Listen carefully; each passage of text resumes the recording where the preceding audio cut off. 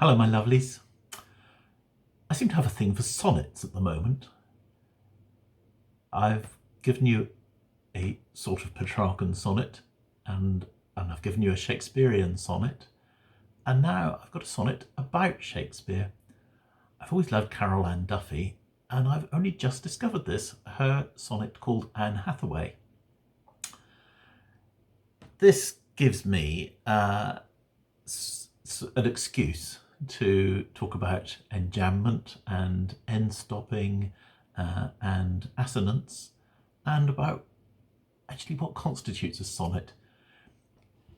If you were taught about sonnets in school, you were probably told that they had 14 lines, that they were written in iambic pentameter, and you may have learned that they had a volta, a point of break between the first part and the second part where they reflected back on one another. And you may have been told there were three standard forms to do with the rhyme structure: the Shakespearean sonnet, the Petrarchan sonnet, and the Spenserian sonnet. It's very interesting to work out just exactly how many of those rules you can break and still have a sonnet. As I mentioned before, forgotten his name, Gerard Manley Hopkins wrote sonnets, and he wrote them certainly not in iambic pentameter. He wrote them in sprung rhythm, four stressed syllables to a line with an undefined number of other unstressed syllables. He also wrote curtal sonnets, which are much shorter than a Petrarchan sonnet. They're 3/4 of a Petrarchan sonnet in structure. Maybe I'll talk about that a bit more sometime when I finally become confident enough in doing this to actually read you Pied Beauty.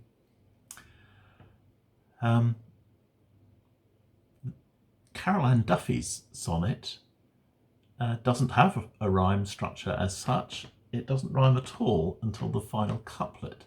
So, but it is written in iambic pentameter. So she's homaging Shakespeare's writing by using iambic pent, and she's homaging him by using what could reasonably be described as a Shakespearean structured sonnet. Certainly not in terms of the rhyme scheme, but in terms of the volta. The final couplet, which does rhyme, reflects back on and explains the rest of the poem. The poem is about their marriage bed, and it's homaging Shakespeare in another way, because in his will he left Anne Hathaway his second best bed. Quite what happened to his first best bed, I don't know. I don't know if anybody knows. Perhaps we'll find out. Now, I mentioned that this poem doesn't rhyme. It's full of assonance. It actually includes the word assonance, interestingly enough.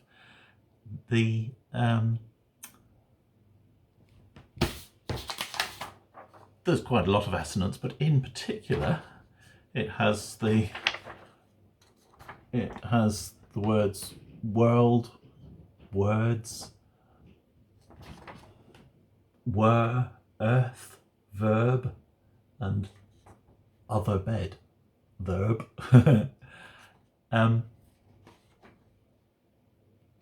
Pearls, did I mention pearls? Were. So it's full of this sound.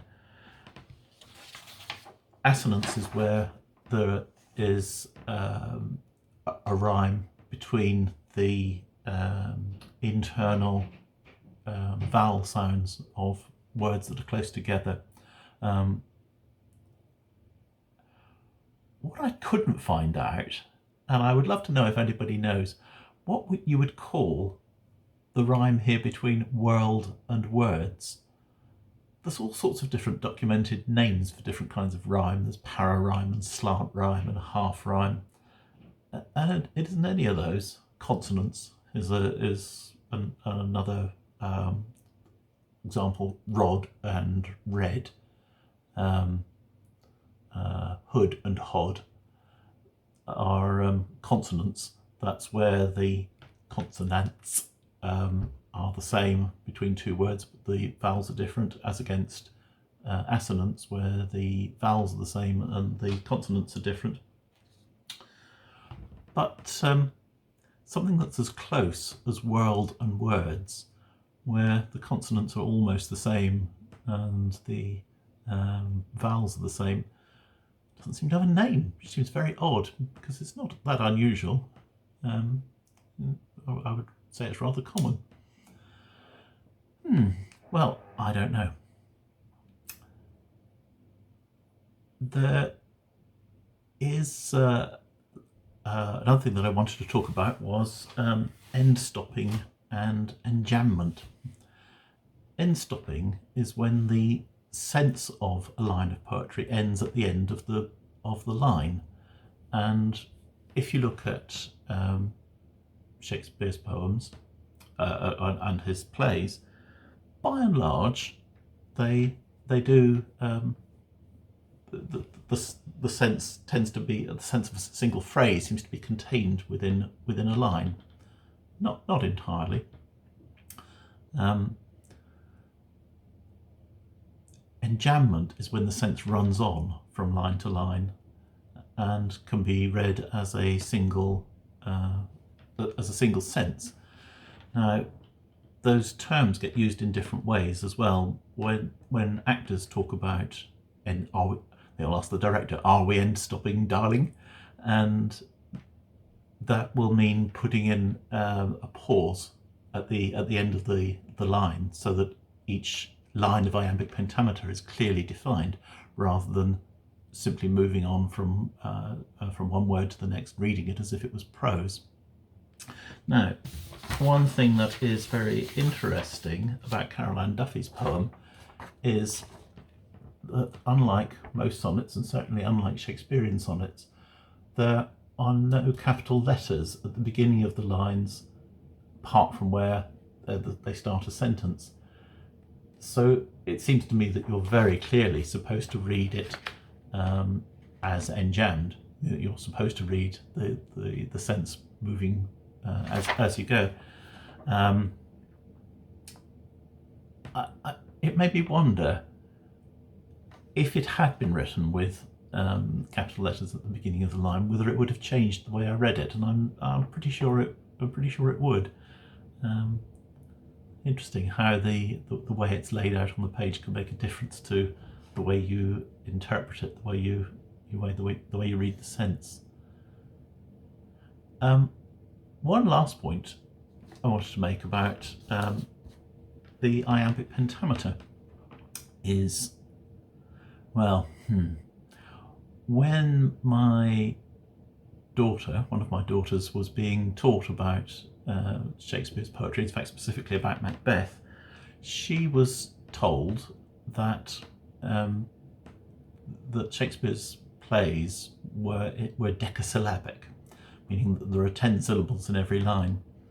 It was particularly ironic that she was told that in Macbeth, which is far from all in iambic pentameter anyway. There's some of it is in trochaic tetrameter, so there's 8 syllables to those lines. Royal toil, I've forgotten it. How does it go? Doodly doodly doodly doodly.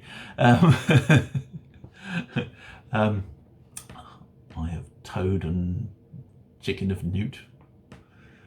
I might have to edit this out. Should have looked it up, shouldn't I? But it's not true that all iambic pentameter has 10 syllables to it.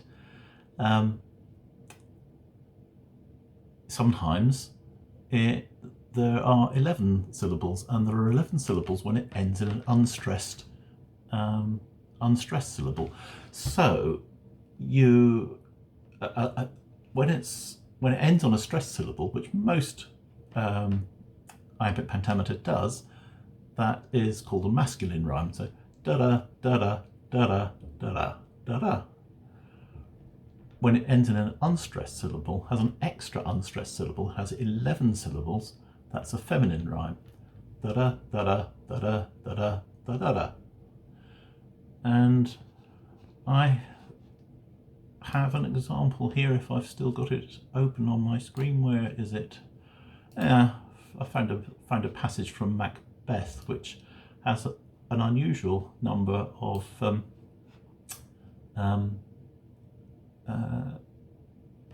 feminine rhymes. It's the sergeant reporting on a battle, and I'll stick up a finger for the feminine lines.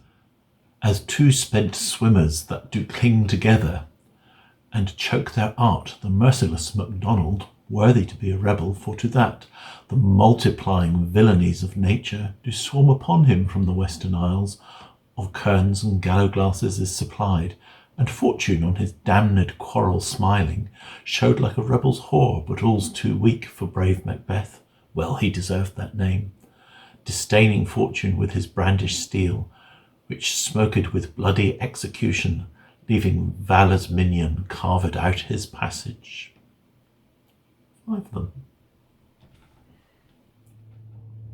That's an unusual number. They're usually rarer than that. They're much commoner in his sonnets, but when they appear in his sonnets, they always appear in pairs because they're going to rhyme. Caroline Duffy's sonnet has only one feminine line. It is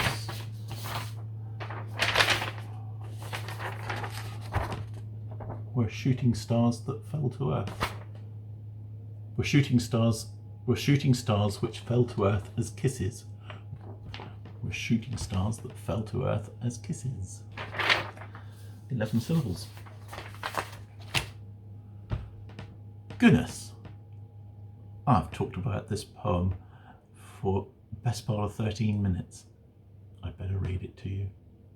Well, I've already read it because I wanted to get it right, and I think I've had several takes and I think I got it right. So now I'm going to edit this together with the poem. Bye. Anne Hathaway by Carol Ann Duffy.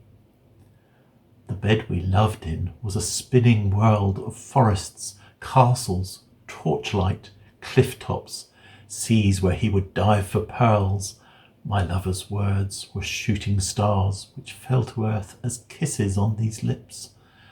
My body, now a softer rhyme to his, now echo, assonance, his touch a verb dancing in the centre of a noun. Some nights I dreamed he'd written me, the bed a page beneath his writer's hands. Romance and drama played by touch, by scent, by taste.